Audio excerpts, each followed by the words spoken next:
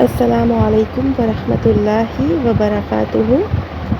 آج کی حدیث عن عمر ابن سعید بن عاص رحمۃ اللہ علیہ قال كنت عند عثمان رضی اللہ عنہ فدعا بالطہور فقال سمعت رسول اللہ صلی اللہ علیہ وسلم يقول ما من امر مسلم تحضره صلاة مکتوبہ فيحسن وضوءها وخشوعها وركوعها إلا كانت كفارة لما قبلها من الذنوب ما لم يؤت كبيرة وذلك دهر كله۔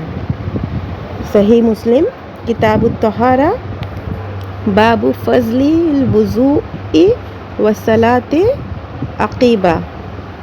ترجمہ اس حدیث کا، حضرت عمر بن سعید رحمۃ اللہ علیہ کہتے ہیں کہ میں عثمان بن عفان رضی اللہ عنہ کے پاس تھا تو انہوں نے وضو کا پانی منگایا اور کہا میں نے رسول اللہ صلی اللہ علیہ وسلم کو یہ فرماتے ہوئے سنا ہے کہ کوئی بھی مسلمان جب فرض نماز کا وقت ہو جائے پھر وہ نماز کے لیے اچھی طرح وضو کرے تو وہ نماز اس کے پچھلے گناہوں کا کفارہ ہوگی۔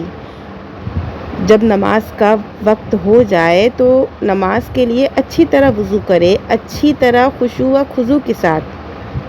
اچھی طرح کا مطلب ہے کہ اچھی طرح خشوع و خضوع کے ساتھ نماز ادا کرے اور اچھی طرح رکوع کرے تو وہ نماز اس کے پچھلے گناہوں کا کفارہ ہوگی جب تک وہ کبیرہ گناہ کا ارتکاب نہیں کرتا۔ اور یہ بات فضیلت یہ ہمیشہ کے لیے ہے۔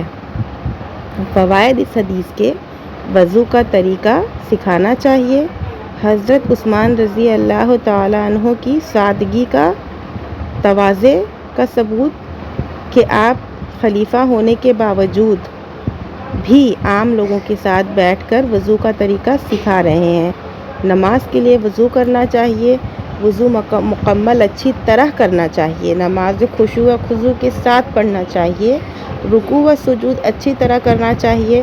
وضو اور نماز سے گناہ معاف ہوتے ہیں، کبیرہ گناہوں سے بچنا چاہیے، نیک لوگوں کی صحبت میں رہنا چاہیے۔